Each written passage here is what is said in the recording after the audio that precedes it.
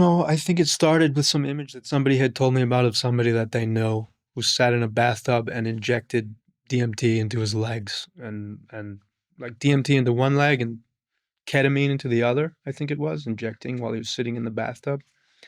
And I liked this image, and somehow this image was the starting point for I don't know. I don't really remember Yeah. how Acra came into being.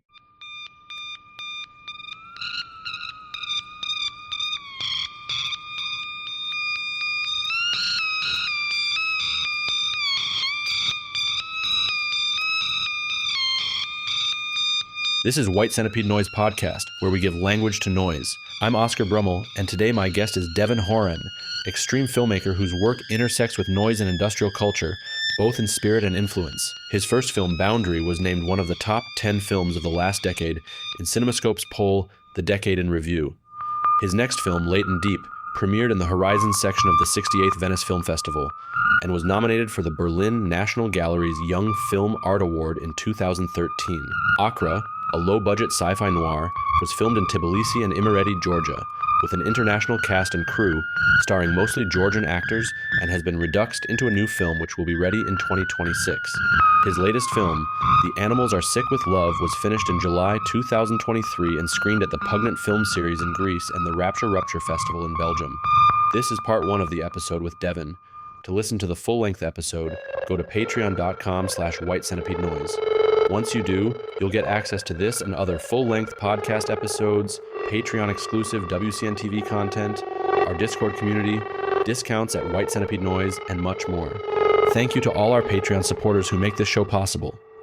If you'd like to support White Centipede Noise and get more of it, consider subscribing to our Patreon. White Centipede Noise Podcast is sponsored by Rural Isolation Project. Visit ruralisolationproject.com, ruralisolationproject.bandcamp.com, or look out for them at a distro near you. White Centipede Noise Distro is back up and running to serve the international noise network. There will be a distro update this Friday with new items from French Market Press, Lake Shark Harsh Noise, Begin Hostilities, Attic Shrines, and much more. On top of that, I'm in the process of uploading the entire secondhand stock from WCN Studios to our online shop, so check out the WCN Bazaar section of the distro for a large collection of rare and out-of-print titles. All right, Devin, hello. Welcome to White Centipede Noise Podcast. Thanks, Oscar. Thanks for inviting me. Yeah, pleasure to have you here. You are maybe a less conventional guest on this noise podcast. We're old friends and we have connections through, ultimately through noise and industrial and experimental music and things like that. But you are a filmmaker, as well as a artist and, multidisciplinary artist. But could you just introduce yourself a little bit before we get going on kind of who you are for the people who don't know? Sure, which is probably 99%. Filmmaker since about 2009. I started on my own, and visual artist, collage artist. Not too many disciplines. That's it. I'm an independent filmmaker. Yeah. I mostly shoot my own stuff and always edit my own stuff. Write the scripts for the most part. Sometimes with some help, but industrial inspired collage that has evolved into something really on its own. The term filmmaker obviously can mean like a million different things. Yeah. You don't have any like further criteria or descriptors on how you define your work as a filmmaker. No, when people ask, it's just the easiest thing to say is independent, but that doesn't mean anything anymore. Right. It's just a stupid term from the 90s. Come from people who in America who did work outside of the big studios or with smaller studios, but I don't know what to say. I don't really like to define the genre or category. Sometimes I just say I make amputee porn, just to make it simple and to make people stop asking me questions. Okay. But yeah, marginal is like a term I'm fine with. I don't like experimental either because it's also meaningless. So just filmmaker is fine. Yeah. You know, I mean, I make films. I structure Yeah. images in a sequence, moving images in a sequence, and that's fine. But it's definitely non-commercial, Yeah. and pretty much at this point also not even for festivals. So. It's extreme. It's pretty the content, the approach of your films are, I would also say, very industrial inspired in the sense of like industrial culture, or the idea of industrial as kind of a Um, blanket term for an approach or view on the world, or at least on art.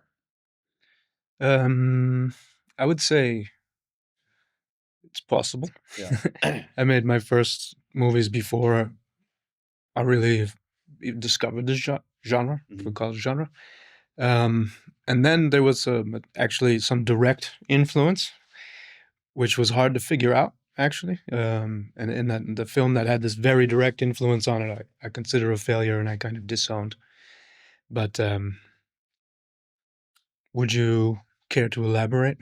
Uh, What you find? What do you no, find no, there? no, The no. overlaps you I find there? think that's just a no. I we'll get into the details of what you do, and maybe it'll become either clear or not if I'm right or wrong. I don't know. That's just kind of a a simplifier that I have in my mind, just to like explain that you make pretty radical films in some way. Mhm.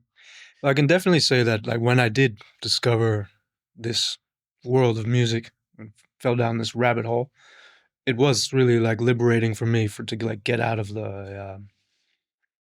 the whole film art world, like, which I found suffocating anyway and limiting, and, like, at least the discovery and the spirit of industrial music was for me, like, yeah, liberating, Hmm. you know? It was much more inspiring and gave me a lot more energy than the films I was seeing. Hmm. Films being made now, and, it's still true. It's definitely still true. So you and I met in a pretty interesting way. One could say serendipitous, or one could just say it's a small world, Mhm, but I'll tell my version of the story from recollection, and I'm curious to hear your recollection or maybe details that I missed, because it was pretty interesting. So I'll try to keep it short. I moved to Germany 2015 to go to art slash film school in Cologne. mhm, Uh, I had stopped the label prior to moving, like a year before. I think 2016, after moving and kind of getting established and on my feet a little bit, I started up the label again, and I was using the printers at this university to print uh, J card artwork for tapes, mhm, for these first few tapes I had back, when I kind of relaunched the label. Um, I was also like kind of distant from the curriculum, but I was going to some seminars, and I had one seminar I was going to just for a credit, with this woman, Katrin Lauer, and we had a good rapport, and I was talking to her after like, or on a break or something like that, and she was like, there's another American guy who's studying here named Devin, who's a pretty interesting guy, pretty interesting artist, and you might have some interest in him or his work, or might guys have a connection. It might be nice to meet him. I thought, okay, cool. And then I released this batch of tapes. I got an order from someone in Cologne, an Italian named Margherita Malerba. oh, yeah? Yeah. Yeah, okay. And then I was like, oh, interesting, like a girl in Cologne who like wants to buy noise tapes from me. That's really weird, but cool. And then um, I got an email from you maybe a week later Mhm, saying, hey, I'm Devin. Um, Captain Lauer gave me your contact.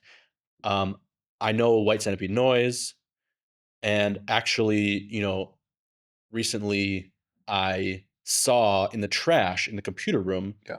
like snippets, shavings, trash from the J cards that you'd thrown away, and I recognized the logo, and I was really, curious about what was going on here. Yeah, But you also said, I've worked with my partner Margarita on a collage book that was published by Narcolepsia. Yeah. Black Blood Press. Yeah. Black Blood Press, yeah. Narcolepsia side, kind of like side label that's focused on publications or Yeah. Zines. zines. Mm. And it was just really insane because Men was a good friend of mine. I mean, just at all having these connections in just randomly among two people from a very kind of like vanilla German art school. Yeah. Was like shocking, but then like you'd also worked with, and I'd seen, and I'd seen this release. I mean, I remember Manuel released it. I might even had it. I don't know if I had it or something like that, but I remember seeing the release that Manuel released, and it was just like super crazy that you had that this connection was being made through this professor, and then we both knew of each other's work. You'd seen the shavings of the things I'd been cutting out in the garbage can. And then we met, and then we hit it off, and it was like, boom, oh, we're both Americans, and this, that's already in itself like.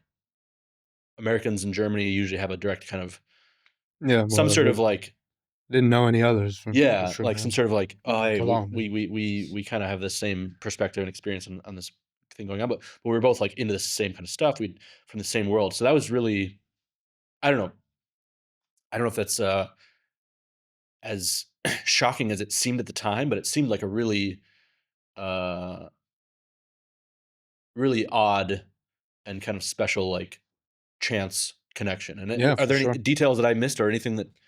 No, you have more details than me. I mean, I definitely remember seeing the. I mean, I was there also at that school mainly to use the printers and the equipment. Yeah. So I was always printing a lot, and yeah, I didn't like that place at all. Yeah. For me, it was just kind of practical source of resources, but good resources.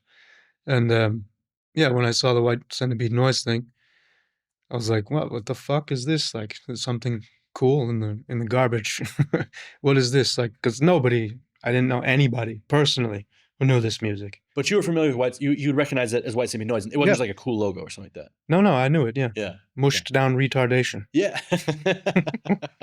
And and I had even read your interview in what was Manuel's interview? Second Sleep. Yeah. And so I knew it. And that's why it was even weirder, because I had only been into the music for 3-4 years at that point. Yeah. And I'm pretty fanatic into it. But I didn't know anybody personally. It was just a totally private obsession. I mean, I talked to some people on the internet, but and I just remember meeting at a cafe with Margarita, right? Who was my girlfriend, partner, still my partner, wife.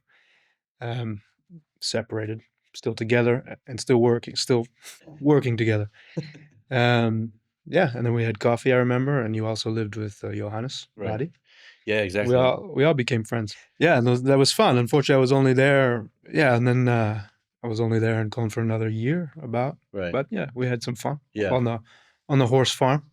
Right. Came up, had barbecues on the horse farm. You're good at noting dates and yeah, I'm obsessed. And years. You're obsessed. yeah.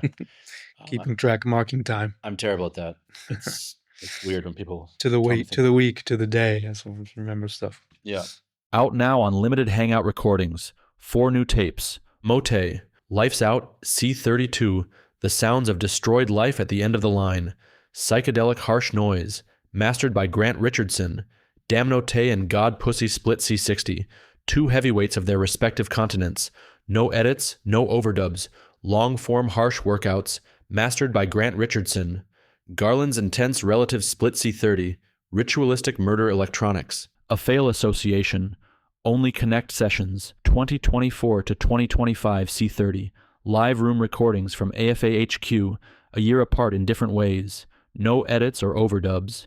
Available soon at White Centipede Noise, as well as Tobira in Japan, Cypher in Australia, and Screamin' Writhe in Canada. This August, Ritual presents a stacked tour featuring Sissy Spacek, Psy Warfare, Suppression, Sulfuric Cautery, and Sunk Cost.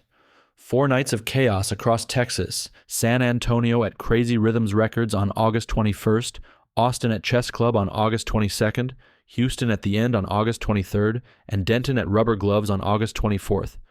Doors at 6 p.m., shows start at 7.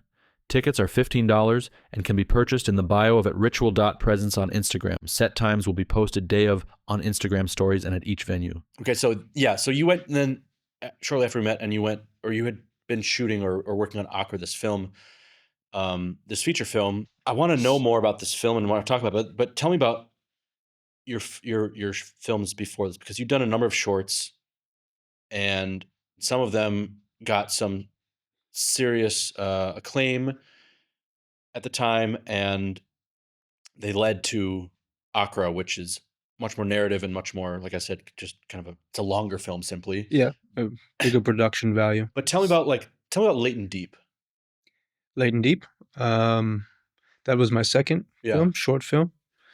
And I had actually, I wrote it when I was like 23, for the first script. So that would be a full like 5 years before I made it. And I wrote it when I knew nothing about filmmaking, how to get a film made. I'd never shot anything or tried anything. It was just an imagination, film in my head. And I guess from what I remember, it was like, it's kind of based on some drawings of Edvard Munch, an engraving, a woodcut, maybe a painting as well, or a drawing. I don't really remember. I remember the scratchy black and white version of it. I'm not sure if it's also painting, called Consolation. And just in general, Munch's feelings of anguish and desolation in nature, amidst really intense nature. I was 23 years old. Yeah. Way more romantical and melancholic than I am now. But I still love Munch. Yeah. Yeah, I don't know. And then I didn't know how to make it, and I didn't think about it. And I was actually studying then. And after I made my first film in Latvia, which was also kind of success, as much as a short film can be. Yeah. Still the one. These are the two that still people like the most. I got a small grant to make Latent Deep. Okay. And I guess because of the Munch connection, which was not really necessary, I realize now, but I went to Norway to shoot the exteriors. Yeah. And I shot the interiors in my loft in New York. I was living in Brooklyn at the time, in a small loft. And I still didn't really know shit about filmmaking, or definitely not about the industry or anything. Like, Boundary had been in some festivals, and at the time that was pretty exciting. And I got some acclaim, as you say, as much as a short film can get. Some talk in magazines and shit, and people liked it. People responded to it, which was cool, because when I finished it, I didn't even know how to submit to festivals. I didn't know anything. And I just made it for myself, and I'm trying to return to this state of ignorance and innocence now. But so I made Latent Deep pretty quick, because this guy from Venice Film Festival had written to me saying he wanted Boundary the previous year at Venice, but the other people were against it. But he wanted to see if I had anything new maybe for this year. Oh. So it was really fortuitous timing. It was right after I got the grant, and like 2 days before I went to Norway. And gave me, I guess, some impetus to try to work on it fast. I was really, like, when I came back from Norway, I thought I had a bunch of shit, really. I was like, wasn't going well at the beginning. And then when I finally started to come together, and then I took it at Venice, which was cool. At the time, of course, it was really exciting. In retrospect, all this stuff is just almost pure chance. It's like, that happened to be one of the last years that Venice had some interesting programmers and an interesting president. Like, Venice now is like Cannes. It's a joke, it's pretty much a joke. So that was fun. It was also like overwhelming, and I don't know, the film itself is something I felt distant from for a long time. This romanticism and this heaviness that it contains, its darkness and heavy tone, no humor. But I think it's still a good work. It showed a couple places in the fall, even, so people still want to watch it. Yeah, cool. What do you mean when you say Venice or Cannes is a joke? Not that I want to stop. Don't get me started.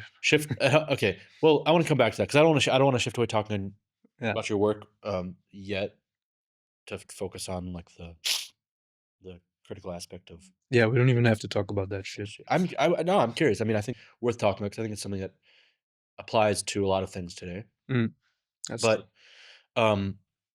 okay, so then Boundary was before that. I forgot that Boundary came before that. Tell me something about Boundary, just quick. Boundary was also something that I wrote. I remember I wrote it in one night of just really heavy pot smoking and lying around, just images coming into my head, and I wrote it. And then I like what I would call my training in film was working with this Lithuanian filmmaker Šarūnas Bartas, who made some films, really wonderful films in the 90s in Lithuania.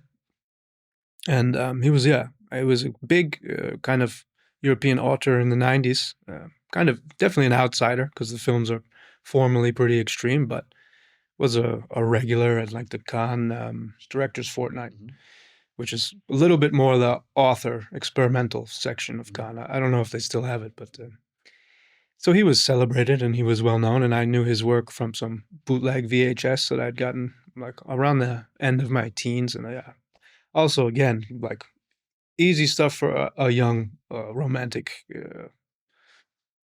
kind of autistic cinephile to like. And I was really liked his work, and the films from the 90s especially.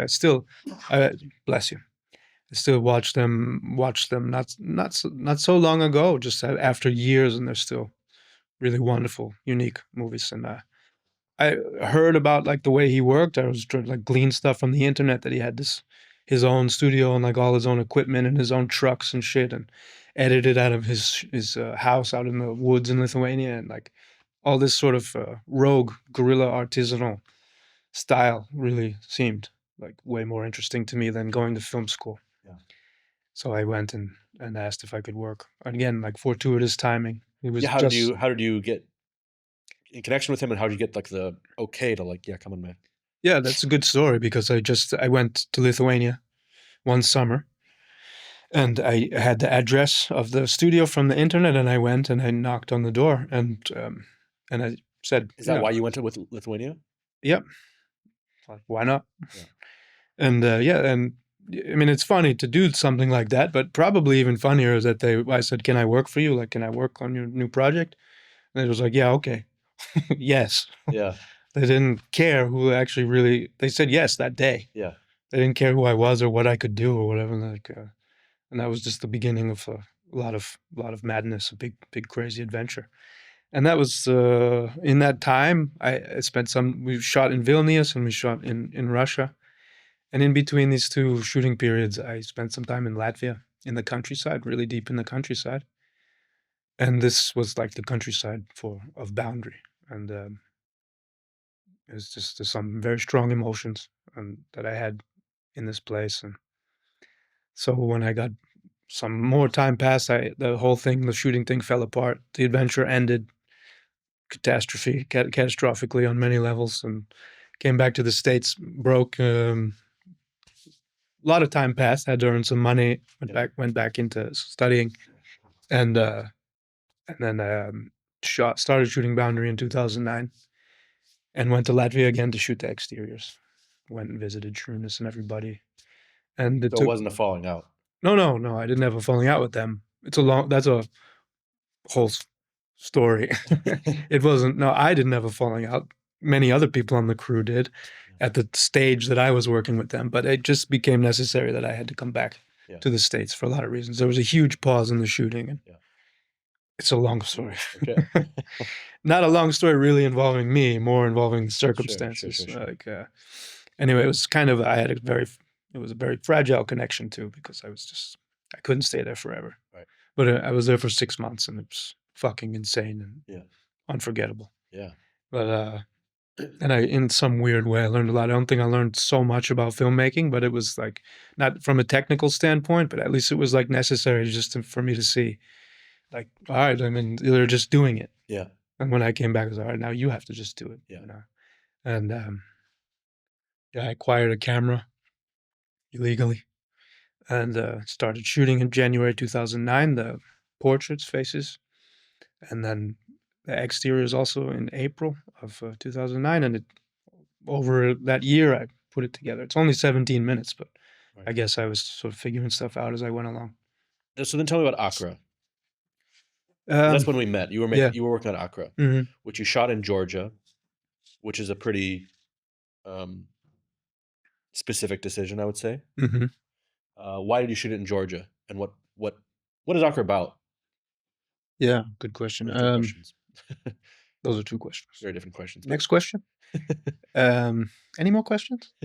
Well, Acra is like from Late and Deep, let's say, premiering at Venice in September 2011, and even starting to write Acra would be like 4 years gap, which a lot of stuff happened. Yeah. Moved to Europe, moved to Germany, met Margarita, did one other entire film, which then I considered a failure and disowned.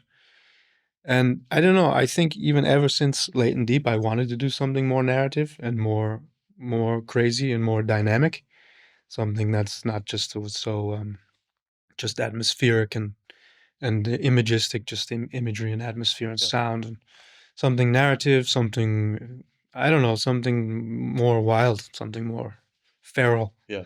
And I don't know. I think it started with some image that somebody had told me about of somebody that they know who sat in a bathtub and injected DMT into his legs, and like DMT into one leg and ketamine into the other, I think it was, injecting while he was sitting in the bathtub. And I liked this image, and somehow this image was the starting point for, I don't know, I don't really remember how Acra came into being. It's weird because lately I started looking back through a lot of the old notes, and there's so many ideas going into this script, like unfilmable, impossible ideas. And the script itself took on so many incarnations. But I guess it ended up being about this zone, this territory that's been shut off from the rest of the world because of some catastrophe. And they're living in these villages where there's no law. It's a kind of Western, acid Western in a way, maybe, where and also this sort of it was meant to be a kind of very mild, vague, not parody, but sort of, kind of parody of Apocalypse Now, where this one guy has to go assassinate some strange, bald, very powerful and influential criminal warlord figure. And that's it. And as he goes on this journey, he meets people in the landscape. And in the script, like, it also just you follow all the characters into their different lives, including this like one dog butcher, who goes home and is kind of has a nervous meltdown in front of his wife, sort of brutally has sex with his wife, and his son has been bitten by a scorpion. And then you follow Thomas, the protagonist, who has to go assassinate this super hallucinogen injecting super soldier, something like that. I don't know. I think the script was written somewhat more narratively, but then when we filmed it, it was very fragmented. It became very fragmented, and I think it's hard to tell what's going on, for better or worse. You co-wrote it with some people, right? Yeah. You collaborated with some people on the script, and tell me about that. Well, I worked with Margarita because we worked together on pretty much everything. Like, she contributed a lot to the script. I don't really remember in what capacity. I guess I wrote the images and the ideas and the form, and we were always working together on everything, so it's just becomes indistinguishable. And then a guy I knew from something that I'd published some years before with a literary journal out of England, a British writer, experimental writer. So I don't know what you call his writing, speculative realism, science fiction, Gary Shipley. We had been in correspondence, just as friendly correspondence, for a while, and I proposed him to write the script because he was one of the only writers I know, and he knows cinema very well, knows literature very well, so we had that common ground. The whole movie was just like, let's go for it, let's do whatever like we can. Whoever I know, we all just work together and try to make something. Gary was the only novelist that I knew. even though we've never met in person. Mhm. So I propose we work on it together. Yeah, and the three of us wrote it. I think what remained of Gary's contribution is principally the dialogue. Mhm. Almost all the dialogue he wrote, and some of the voiceover. And yeah, and then there was a lot of improvisation when we ended up working and writing, rewriting, and writing new scenes when we were shooting. Again, for better or worse. And a lot of stuff had to get left out because of time Right. and money. Right. It was way too ambitious for the budget and the time that we had. Sure. Yeah, I mean, But I didn't give a fuck. It was kind of like, fuck it. Like, let's try it. There was a great spirit when we were shooting it of fuck. Like I don't give a shit how it comes out, actually. Let's just try a lot of stuff, Yeah. you know? And I would have loved if like this sort of spirit of a very low budget film where we can fucking just try stuff every year or every other year. I've always said that if like somebody just gives me $50,000 every other year, $50,000, which is nothing to make a movie, but it could be guaranteed every other year Yeah. to do an experiment like Acra. Yeah. I'd say yes, but I could never have another budget higher than that. Yeah. I'd probably say yes, Yeah. you know, because it's way more fun than all the shit of having to spend years building funding for something that is, you know, limited. Yeah. You have to do things a certain way. Yeah. You know, so. Now available from Attic Shrines, new offerings of rotting harsh electronics. Unattended from Tortured Ghost, a duo exploring the fringes of noise wall under direct influence from the genre's masters, an audio seance where unmanned equipment shudders in unrest. Also available, Files 13 through 36, cold cut-up archival ambience unearthed in this follow-up from the post-mortem investigations of Morgue File.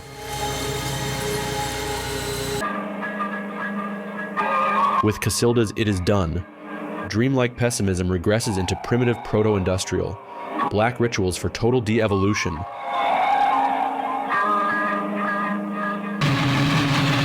And the latest release from Fairy Ring, Dimensional Ouroboros, field recordings from the natural world, overblown into harsh, whipping psychedelia. 6 cycles of spectral decay bear witness to the erosion of all organic life. Cassettes available at atticshrines.bigcartel.com and international distros including White Centipede Noise. And what brought you to Georgia? And Georgia. Second question. Yeah, second question. What brought you to Georgia? And tell me about some of the actors that you worked with, and what draws you to actors in general. Oh, I haven't worked with too many actors, but Georgia, I went just to visit a friend in 2015, January 2015. A friend who I had actually met at Venice, the film festival. Thankfully, because I was there by myself and totally out of my world socially. Didn't know anybody and didn't know what the fuck was going on. Seeing like Fred Roos, the producer of Apocalypse Now, and other famous people and shit. And yeah, I was there by myself, really not knowing what this was all about. So fortunately, I ran into this group of Australians, and we got drunk all week. And I kept in touch with this one friend, and I went to visit. He ended up in Georgia, and we went to visit him January 2015, just for that. And also just I was very curious about Georgia. You know, like I read about it in John Steinbeck's Russian journal, and seen, you know, of course, knew Perejanov and some other Georgian movies, Tengiz Abuladze, and I think a lot of people have this mythical idea of Georgia. So yeah, let's go check it out. Yeah. And I speak some Russian, which is not the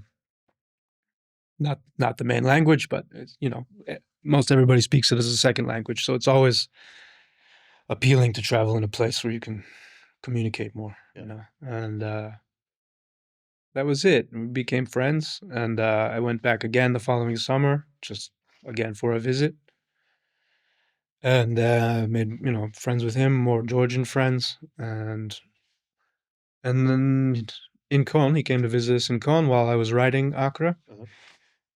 And I guess we decided at that point, let's shoot it in Georgia. And why not? Like, a lot of people could help us. We have a lot of friends there. Yeah. And little by little, we built up a small crew. Yeah. We managed to find a kind of line producer there, very much by accident, who helped organize a lot of stuff. We did location scouting in April, just before we met, April 2016. the place there, like the landscapes have always been really inspiring for me, and I've subsequently shot 2 or 3 more movies there. But just like that, Yeah. like pretty much with everything up to that point and including Acra, still very much a time of figuring stuff out as I go along. Yeah. I don't have many professional contacts or good professional idea of how stuff gets done. So it was like just being done and still in a very DIY way. Yeah. But we had a bit more money. I had a bit more money for that one. Right. God knows how, but it did. Was the budget like the price of things and ease of doing things in Georgia also part of the appeal? Yeah. Was Yeah, it? Is it it? wasn't definitely not a deal breaker, but it certainly helped. Yeah. That was the time where you could rent an apartment there for $200 a month. Yeah. Big apartment. So we rented a big apartment where almost all the interiors are shot just in different rooms. Yeah. And there's definitely something there about people that not like Germany or most of Western Europe, I suppose, where if you just ask somebody, can we do this here? Yeah. They'll say yes, and they'll even actually help you. Yeah. It's not like you don't need permissions. You don't need, maybe you do, I don't know, but nobody gives a shit, really. And it's very place that's really amenable to DIY. Yeah. Nobody's trying to stop you. In fact, people are trying to help you. Yeah. And of course, when you're making a movie, a lot of people are curious and they want to help. So, yeah, all that stuff was definitely a factor. I mean, I think, I don't really remember what the decisive moment was where we said, let's go do it in Georgia. Yeah. I mean, you've since then became pretty attached to Georgia, living there for periods of time. Yeah. Going there again and again, working there. What is it about Georgia that made you kind of come back or become so attached to it? Mm-hmm. Yeah, I lived there for 4 years in total. I, when Acra was finished, it was pretty much like a disaster, like financially, because I put everything I had into it, and we wanted to leave Germany. I'd finished with all the resources I could take from that place. Yeah. I literally maxed it out, like what milked it for all it's worth. Yeah. And so we decided we were going to leave Germany. We'd had enough. We'd been there for 5 years, Margarita and I. We met, fortunately, right at the beginning of our time there. But neither of us were quite sure what we were going to do and where we were going to go. She's Italian, so she was going to go back to Italy. I went back to Italy for a period of time, but we were both pretty broke at the time, so I decided to just go wait out a couple months in Georgia at my friend's house. Yeah. The same people who had helped really a lot with the film, Yeah. like to my 2 dear friends. Yeah. And again, this was still the Georgia of the 2000 teens. That was a pretty really relaxed place in some ways. Yeah. I don't want to idealize it too much. Like Yeah. it's relaxed. It was relaxed and cheap, but for us, it was still a kind of easy place to live, and also a lot going on, lots of friends. And they said I could come stay with them for free. Yeah. And I could live there while I figured stuff out. And I did, and it was fun. I was looking for work and figuring out what to do, and I ended up getting a job teaching cinema there at the end of that year. So I stayed, and I got an apartment, and I just ended up staying for a couple of years, really, just because it's not so easy to just get up and go wherever the fuck you want. Yeah. I was there, and I put down some roots, and I had a cool apartment, and Margarita would come visit me often. I had a lot of friends, and I loved it there. So. Yeah. So it also made sense to stay for a lot of reasons. Yeah. A lot going on. And I still go back. I'm going back in a couple weeks. I just have a lot of friends there. It's a place I've lived a lot of very intense life and people, some very dear friends. Place I just feel very, very loyal to, very devoted to. I don't like to travel that much. So when I get the chance or a little bit of money or some time, then I'll go there. Yeah. Just because I like to keep getting to know it. Yeah. How has it changed? Does that answer your question? Yeah. How has Georgia changed since in the last few years? Well, like everything, I think, like pretty much everything and everywhere has changed big time. Mm-hmm. Because of the war in Ukraine, lots of Russians came to Georgia because they don't need a visa to get in, and that's why I don't like to say before, oh, it was, yeah, wanted to film it there because it was cheap. Right. Georgia's an extremely poor country. Right. I mean, it's like I'm not blind. It's cheap because it's poor. Right. It's extremely poor. It's like wrecked by poverty, at least in the countryside, but really in a lot of the city too. But so yeah, for a lot of these young Russians, it's a good way to escape from the war and get cheap apartments and start up new businesses. It's a very controversial thing. But about 250,000 Russians came in 2022. I mean, immediately. Like it changed in March 2022. The country changed overnight. Yeah. At least from the point of view of a lot of us who had been visiting there and living there for a long time. And like everything, now they have the pro-Russian government. I mean, to get into the history of Georgia-Russian relations, this is not the podcast for that. Yeah. You can find that stuff online. Trying to remember his name, the best authority on Georgia in English. He's a Dutch guy. It will come to me. But yeah, I don't know. Maybe I grew up a little bit as well, but it's just, I don't know. It's more sad and angry. There's a lot of anger now. There's a lot of instability because I think they already had a war with Russia even before Ukraine. This is always an option and always a threat somehow. It's the possibility is always there. But it was somewhat at a little bit more of a remove in the last decade, I think. And now, now it's very everywhere is, but Georgia is very tied into the whole Russia-Ukraine thing. Right. Thing. Yeah. You know what I mean? Yeah, sure. It's a complicated issue, but it's just, like everywhere, it feels more, it's divided. Right. Like everywhere else, violently divided, polarized. Unrest.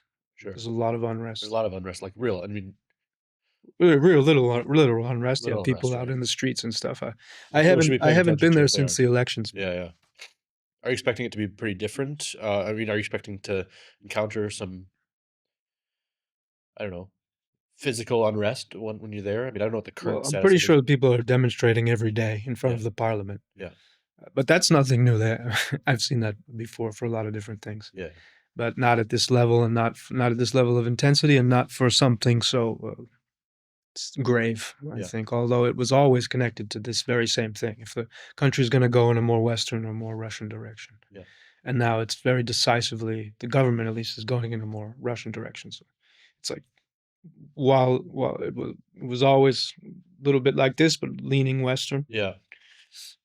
So no, I don't think it will be so different. Yeah. I was there also last June, and it was more just, I don't know, how do you say, the vibe, a little bit different. People still doing the same things, but I don't know. It's also probably me. It's tension everywhere, I think, right now. Yeah. I'm sure there are more than many places, but that's got to be more than some places. Yeah. But I'm still going back to shoot some stuff. Okay. Yeah. To tie this back into noise a little bit, not that we have to, but I remember you telling me when you were casting and writing and working on Acra. Oh yeah, actors, actors. But you mentioned that you had asked a couple, or considered asking a couple, figures or artists from the industrial world. Oh, that's right. Yeah. Did you? I did ask them. Yeah. Yeah. First of all, it was really interesting that you asked me how I relate to or choose actors. I don't that often. I haven't worked with too many, let's say, professional actors. That was the first time, really. And there was one very interesting connection there that we had found online. The guy who was the casting director for the Russian film "Hard to Be a God," which was the last film of Alexei German, which came out in 2014. It was finally released. Yes. And it's this is a film. We talked about it in Cologne, I remember. Yeah. This is really a film quite at another level from most other films. Yeah. I mean, incredible film. Incredible. And I mean, yeah, kind of an influence on Acra in a way of creating this world where it's sort of sinking down into incoherence and nonsense. Yeah. But he spent 14 years making it, and we had 1 week. But still, again, it was kind of like, fuck it, let's try this. Yeah. We got in touch with this guy, Vladimir Golov. He was super nice and super willing to help without even talking about money or anything. He just immediately started helping us. Yeah.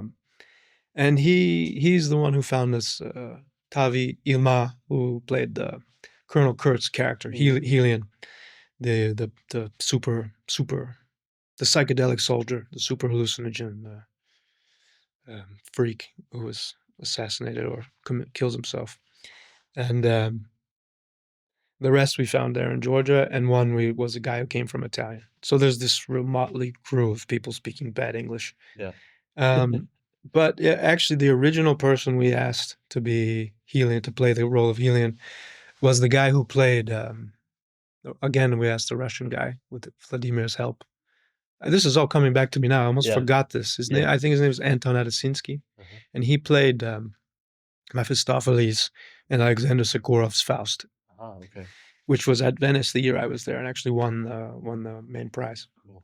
And is a very, very interesting interpretation, adaptation of Faust. And he was, I don't know, he said yes at first, but then he was, I don't know, typical kind of actor. He vacillated and then was communicating badly, wanted too much money, and then he just disappeared. Yeah. And so we were kind of in a big panic before we found Tavi with Volodya's help. But in this interim between Adasinsky saying no and good luck, and finding Tavi, I considered Christian Olsen, and Klaus from Genocide Organ, just because they had a certain look that fit my imagination of the character. And Klaus, and I didn't know them. I don't know them still personally. Yeah. So it was kind of like, fuck it. Right. Let's try, why not? And Klaus was actually sort of kind of open to the idea at first. I don't know. He was curious at least. But then he said, no, I'm not an actor. And if I was going to do it, I would need more time to prepare. Yeah. Plus he's covered in tattoos, which would have been like kind of a problem. Right. But yeah. Did Christian get back to you? No, he did not. This is the end of part 1 of the episode with Devin. In the full episode, we go on to discuss his trajectory after Acra, his most recent film, The Animals Are Sick with Love, working on pages of natural history with Margarita Malerba, the current state of contemporary film, underground methods for making and distributing films, collage work, Francis Bacon, herding goats and sheep, teaching film in Tbilisi, top 5 films of all time, and much more. Visit patreon.com/whitecenipedenoise to catch the rest of this 1.5-hour episode.